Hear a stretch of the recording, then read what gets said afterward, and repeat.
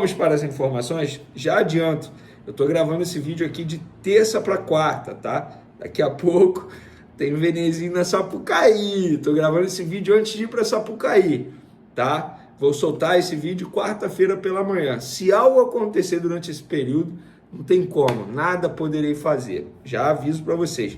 Mas antes de falar do assunto principal, que é a cara de pau do Internacional, uma opinião minha sobre a Arrascaeta, tá?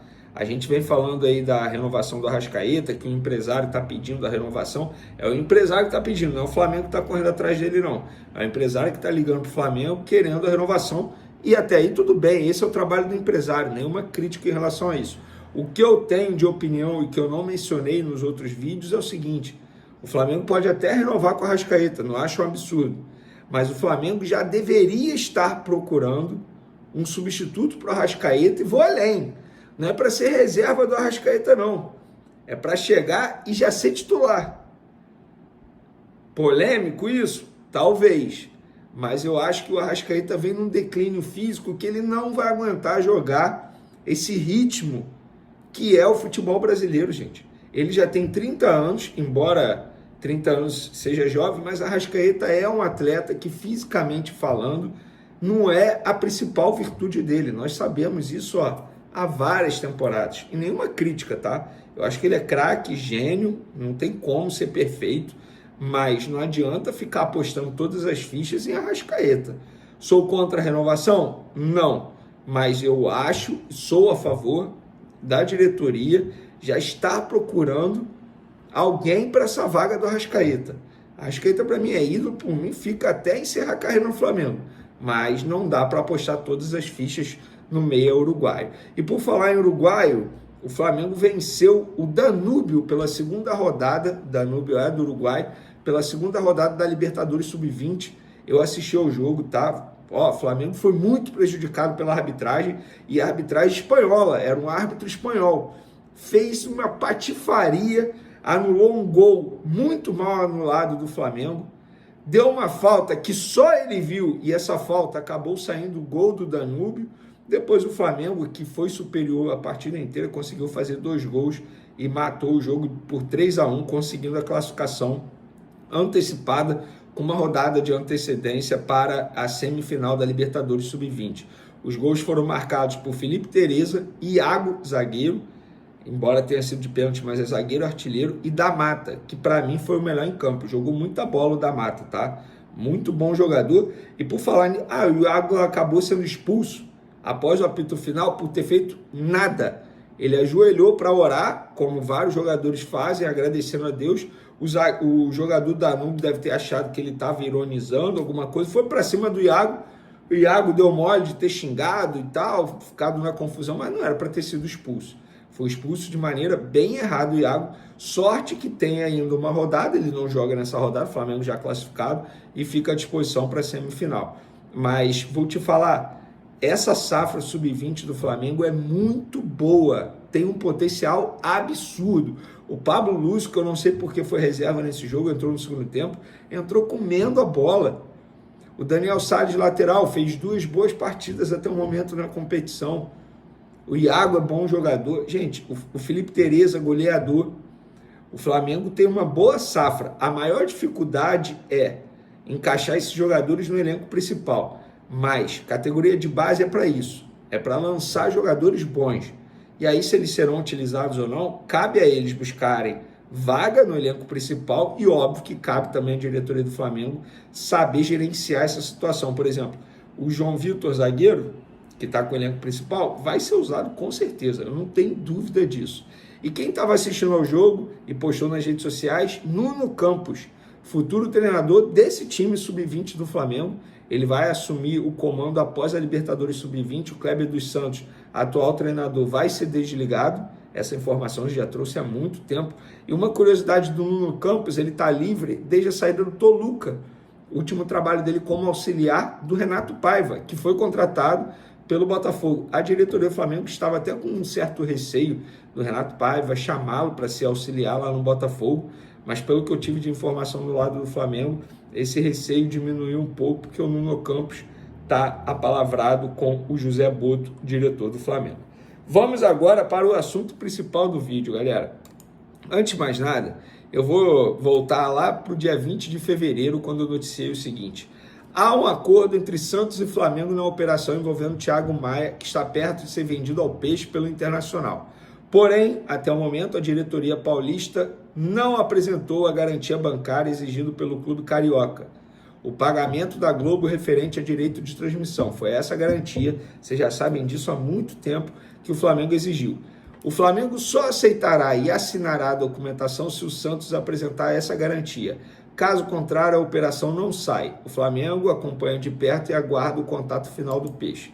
Isso no dia 20 de fevereiro. Eu fui achincalhado pelo torcedor do Santos e pelo torcedor do Internacional, dizendo que eu era jornalista em minha verdade, que eu queria causar polêmica entre os clubes, que não era verdade, que o Thiago Maia já estava na Vila Belmiro, que isso e aquilo, beleza. O tempo passou, 15 dias se passaram e hoje vocês sabem a verdade. Sabe qual é a verdade? O Thiago Maia retorna ao Internacional depois de ter ficado alguns dias em Santos esperando o desfecho. E o Internacional emitiu um comunicado oficial, bem cara de pau, que eu vou ler aqui para vocês. Eu publiquei o seguinte: o Internacional emitiu um comunicado falando sobre a situação de Thiago Maia, que novamente tem ida frustrada para o Santos após o Peixe não apresentar as garantias exigidas pelo Flamengo. O Colorado também confirmou nossa informação sobre a postura do volante, que não agradou à diretoria e ao elenco. Abre aspas. Antes de ser reintegrado, passará por treinos específicos e procedimentos internos. Com outras palavras, ele terá que pedir desculpas ao elenco e à diretoria, segundo um dirigente do Colorado me disse. A nota oficial do Internacional é enorme, mas tem um trecho que me chama muita atenção. Lamentamos a condução do processo pelas demais partes envolvidas. Resumo: o Internacional informa que a transferência do atleta Thiago Maia ao Santos não foi concretizada por razões alheias aos compromissos assumidos pelo clube, os quais foram integralmente cumpridos e respaldados em documentação. Lamentamos a condução do processo pelas demais partes envolvidas. Isso é inacreditável, gente. O Internacional deve ao Flamengo, gente. Isso tudo está acontecendo porque o Internacional deve ao Flamengo. Simples assim, o Santos ia comprar o jogador do Internacional, ia assumir a dívida do Inter com o Flamengo e ainda ia pagar um valor à vista ao Internacional, uma compensação financeira. O Flamengo ficou revoltado com essa nota oficial. Revoltado, a palavra é essa, o Flamengo ficou revoltado. E quando eu falo Flamengo, é a diretoria, os dirigentes ficaram revoltados com essa situação, sobretudo pela forma como foi feito, porque simplesmente emitiram um comunicado oficial, que na visão de todos do Flamengo, um comunicado bem cara de pau. E aí o Flamengo respondeu. Diante das recentes notícias sobre o atleta Thiago Maia, o Clube de Regatas do Flamengo esclarece que o jogador foi transferido em março de 2024 por meio de um contrato que estabeleceu obrigações financeiras claras, incluindo o cronograma de pagamentos previamente acordado e homologado pelas partes. No entanto, até o momento, o Internacional não cumpriu os prazos estabelecidos e deixou de honrar seus compromissos financeiros. Em razão disso, o Flamengo formalizou, em novembro de 2024, uma cobrança judicial junto à Comissão Nacional de Resolução de Disputas, a CNRD da CBF, sem que tenha obtido até agora um posicionamento do órgão. O Flamengo reafirma seu compromisso com a integridade e a segurança jurídica em suas negociações e, por essa razão, passará a exigir, em futuras transações, pagamentos à vista ou garantias fiduciárias para mitigar riscos, famosas garantias bancárias. Além disso, o clube reforça a necessidade de maior rigor na aplicação de sanções a quem descumpre compromissos contratuais, uma questão recorrente no futebol brasileiro. Casos semelhantes como o do Cuiabá Esporte Clube envolvendo o zagueiro Joaquim evidenciam a urgência de medidas mais efetivas para garantir o cumprimento dos acordos firmados. Solidário ao time do Centro-Oeste e a todos os outros que passam pela mesma situação, o Flamengo seguirá adotando todas as providências legais cabíveis para resguardar seus direitos e assegurar o cumprimento dos seus contratos. Dito isso, galera, o Flamengo está certíssimo em adotar essa postura. Eles que se entendam, eles que são mal pagadores, eles que são caloteiros, falando num bom português para vocês entenderem, eles que se entendam. A culpa não é do Flamengo. O Flamengo está certíssimo. E o torcedor do Internacional, o torcedor do Santos que culpa o Flamengo, está terceirizando o problema. Vocês deveriam cobrar da diretoria de vocês, dos clubes para os quais vocês torcem, uma postura mais profissional, mais ética.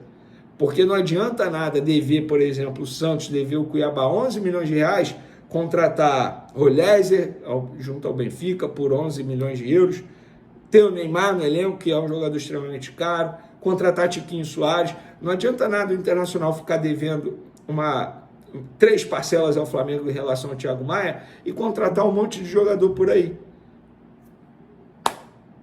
Errado ao Flamengo? Nananina, não. Valeu, galera. Tamo junto. Até o próximo vídeo. Fui!